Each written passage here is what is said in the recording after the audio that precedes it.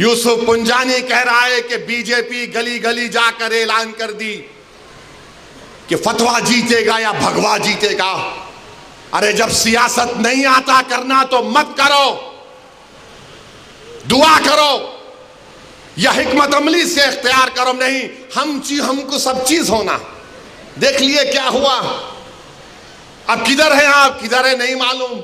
कहां है वो लोग जो औरंगाबाद में बोले थे इम्तियाज जलील को वोट मत दो। मैं जब कह रहा था तो कोई बोल रहे हैं मत बोलो, इनको क्या है, ये भड़काऊ भाषण दे देते, इनको क्या है, इनको टीवी पे जाके बोलने का शौक है।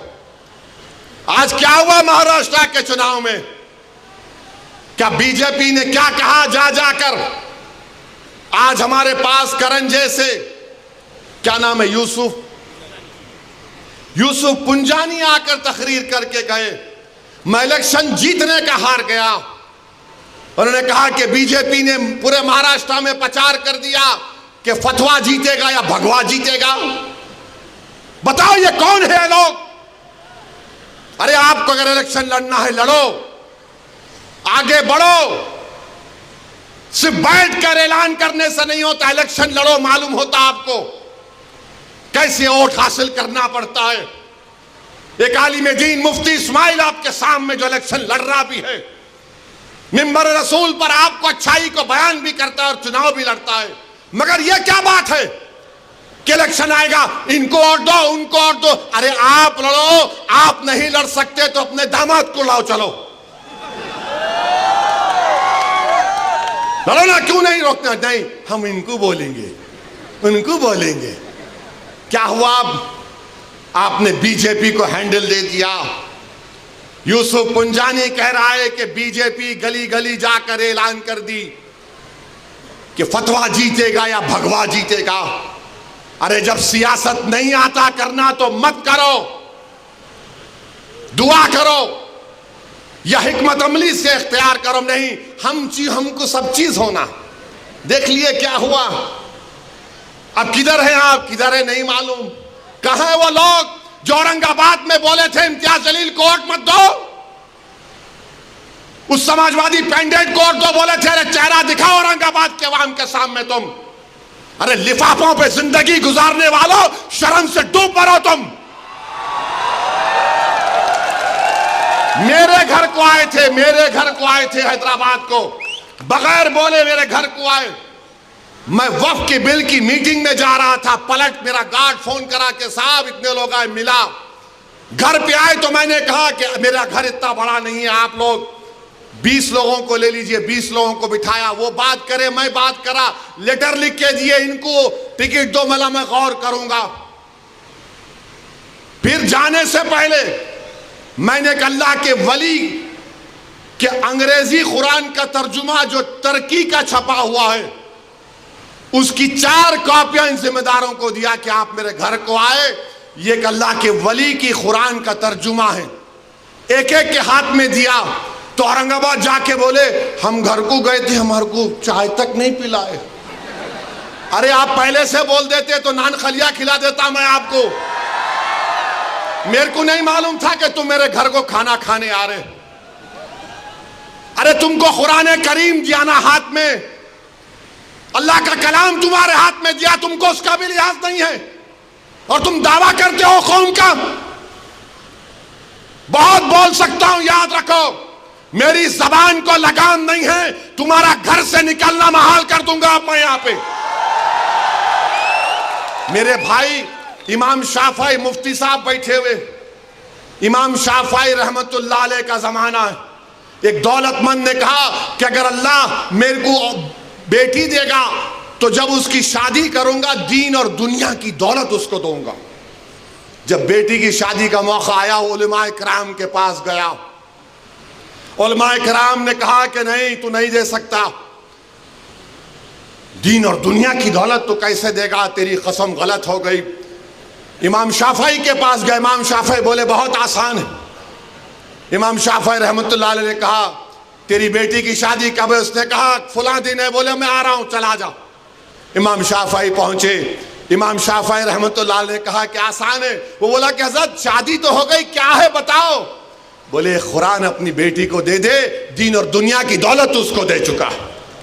मैं उनको दिया, 4 कुरान दिया उनको, और बोल के दिया कि आप मेरे घर को आए, मुझे पता नहीं है, मैं वकीलों की मीटिंग में जा रहा था, पलट कर आया आपके लिए, ये कुरान करीम का तोहफा आपको दे रहा हूं। अरे तुमको ओवैसी से, मजलिस से नफरत है, मगर कुरान करीम की तो अजमत का तुम लिहाज रख लेते।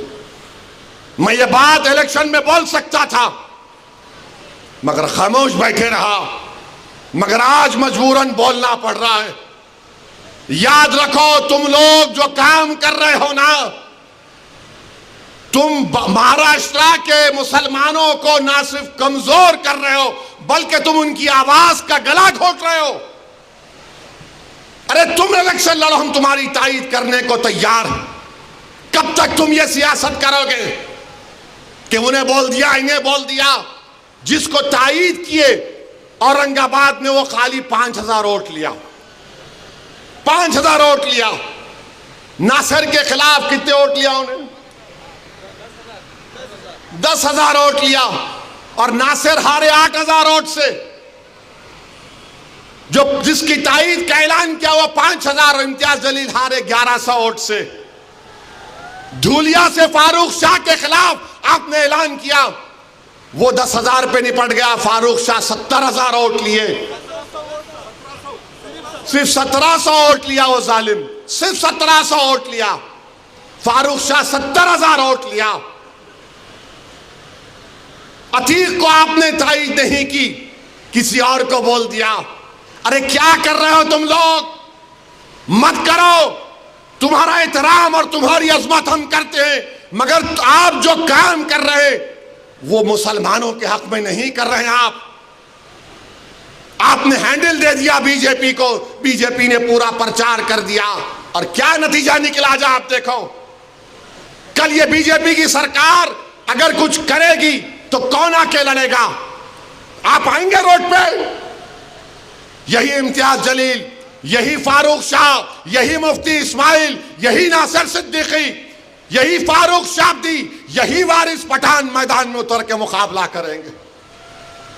मेरे भाई, पहचानो इन लोगों को। मैं नहीं बोलना चाह रहा था, मगर आज मैं जरूरी है सच्चाई को बयान करने के लिए कह रहा हूं। बहरहाल मेरे अजीज दोस्तों और बुजुर्गों, अपने मस्जिदों को आबाद रखो।